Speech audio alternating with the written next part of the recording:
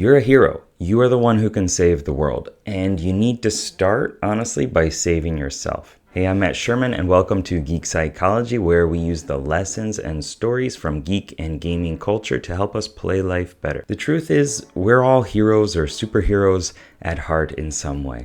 We have this deep-seated desire to change the world, to make it better, but oftentimes we feel like we can't get out of our own ways or our heads long enough to actually do anything about it. We all have our own problems, right? Anxiety, low self-esteem, procrastination, lack of energy, but how do we actually overcome those? Well, you've probably heard that motivation is key when it comes to achieving your goals and getting things done. But what does that really mean? How do you get motivated in a way that actually works for you? The answer is simple. You need to find your why. Your why is the ultimate reason behind everything you do and want. It keeps you going and gets you through those tough times and helps you focus on the bigger picture instead of how hard things might be right now. And believe me, it isn't always easy to do. It's not just about having a better vision board or more money, although that does help. This is about figuring out your purpose and what it really is and using that as fuel to get to where you want to go. It's about finding your why, right? And so here are 3 steps. Number 1, determine what you want, not what you don't want. Number 2, find out what you want deeper. Find out why you want it by listing what achieving it gets you, and then what that gives you, and then what that gives you, until you've gone about 7 levels deep.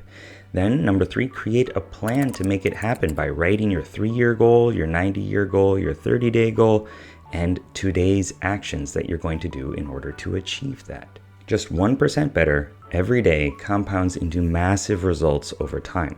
If your average day is 1 and you just take it up to 1.01 by making it 1% better, done every day, that's 37 times better and a lot closer to your goal by the end of the year. Over 2 years, it's not 74 times better. They don't add, they multiply, they get compounded. It's 1,400 times better. 1% better every day compounded over 3 years is 53,405 times better. And 1% worse every day, it doesn't sound like much, right? But it does compound as well. You end up crumbled at 0.03% of yourself by the end of the year. That's awful. Assuming you just spend 5 minutes a day working towards a goal, that's about 30 hours of productive time spent intentionally improving your life. This matters because it shows the importance of continuously improving and working towards a goal. Without a plan or goals, we are less likely to improve or be successful, right? This also has implications for our future as well, right?